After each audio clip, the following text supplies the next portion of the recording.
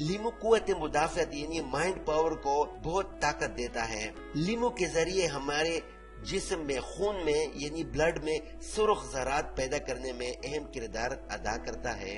اب میں آپ کو اس کے علاوہ کچھ اور ٹوٹکے بتاتا ہوں کہ لیمو سے ہم کیا کیا کر سکتے ہیں۔ لو کا علاج یعنی لو لگنے کی صورت میں لیمو کی رس پانی میں ملا کر استعمال کریں، اس سے لو کا علاج کیا جا سکتا ہے۔ اس کے علاوہ ڈپریشن کا علاج، ڈپریشن اور بے سکونی دور کرنے کے لیے شربت لیمو اور عرق گلاب کا استعمال نہایت فائدہ مند ہے۔ اس کے علاوہ یہ بھی بتاتا چلوں کہ امراض چشم یعنی آنکھوں کا علاج، لیمو کا رس چسکوں کے ہمراہ جست کے برتن میں ڈال کر حل کریں تو اس محلول کا استعمال کریں، یعنی یہ اشوب چشم میں نہایت فائدہ مند ہے۔ کان کے درد اور کان میں میل جم جانے کی صورت میں سمندر جاگ پیس کر اس کا تھوڑا سا منجن کان میں ٹپکائیں، ایک جوش پیدا ہوگا جس سے کان صاف ہو جائے گا اور درد کو تسکین ہوگی یعنی درد ختم ہو جائے گی۔ زخمی کان میں ہرگز استعمال نہ کریں۔ امراض دہن یعنی منہ کی بدبو، اس کے استعمال سے منہ کی بدبو دور ہو جاتی ہے۔ اب میں آپ کو بتاتا چلوں کہ امراض حلق یعنی حلق میں جو امراض آ جاتے ہیں اس کا علاج، اگر گلے میں ورم سوزش ہو جائے تو لیمو کے رس میں شہد ملا کر پلانے سے تکلیف دور ہو جاتی ہے۔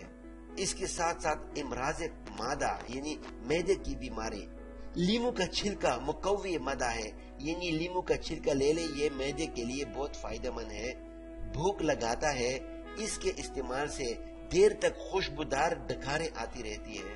اس کا رس معدے اور جگر سے فاضل مادوں کو ختم کرتا ہے اور سفری قے کو روکتا ہے۔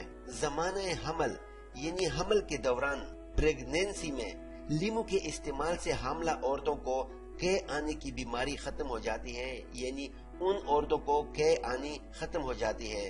امراض بول یعنی بڑے پیشاب کا مرض، لیمو کو مدر بول بھی کہتے ہیں۔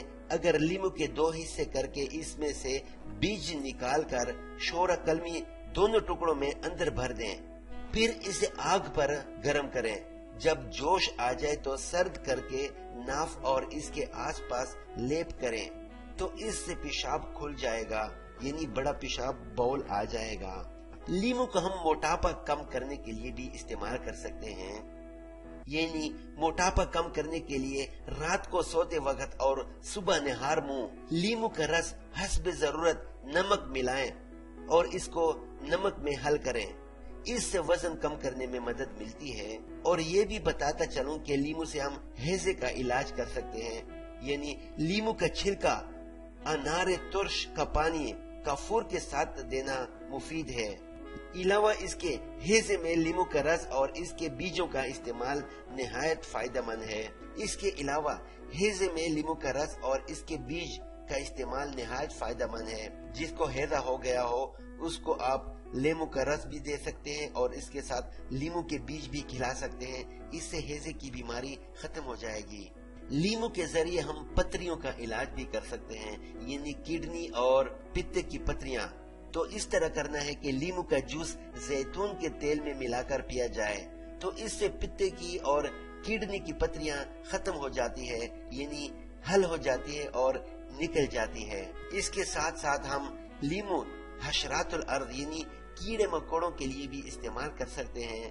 لیمو کی خوشبو قدرتی طور پر حشرات الارض یعنی کیڑے مکوڑوں کی دشمن ہے، اس لیے جہاں پر لیمو موجود ہو وہاں پر مچھر، مکھیاں اور دیگر اڑنے والے کیڑے مکوڑے قریب نہیں آتے ہیں۔ لیمو کو ہم جگر کی بیماری یعنی لیور کی ٹریٹمنٹ کے طور پر بھی استعمال کر سکتے ہیں، یعنی یہ یرکان کو دور کرتا ہے اور لیمو کے ذریعے ہم یرکان کا علاج کر سکتے ہیں۔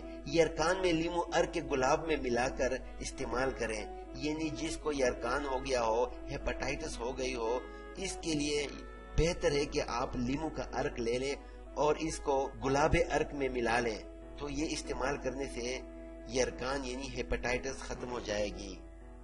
نکسیر کا علاج یعنی ناک سے خون کا آنا، نکسیر پھوٹنے کی صورت میں لیمو کے ارگ کے چند قطرے ناک میں ٹپکائیں تو اس سے خون کا اخراج یعنی خون رک جائے گا، یعنی بلیڈنگ ختم ہو جائے گی۔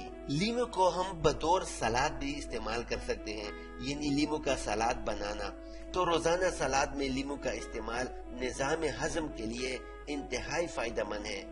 لیمو کا باقاعدہ استعمال دوران خون کو بہتر کرتا ہے، جگر یعنی لیور کو صاف کرنے کے ساتھ ساتھ دل کو یعنی ہارٹ کو مضبوط بھی کرتا ہے، اور اس سے دل کی بیماریوں سے بچنے میں ہمیں کافی مدد ملتی ہے۔ دوستو، جو میں نے آج آپ کو ریمیڈیز بتائی، اس کو آپ گھر میں استعمال کر سکتے ہو، اس کا کوئی سائیڈ ایفیکٹ نہیں، یہ آپ کے صحت کے لیے انتہائی فائدہ مند ہے۔ تو ہمارے اس چینل کو لائک، شیئر اور سبسکرائب کریں، اور ساتھ ہی بیل والے آئیکن کو ضرور دبائیے گا تاکہ ہماری ہر آنے والی نئی ویڈیو کی نوٹیفیکیشن آپ کو ضرور آتی رہے، اور آپ ہماری اچھی سے اچھی ویڈیو کو ضرور دیکھتے رہیں۔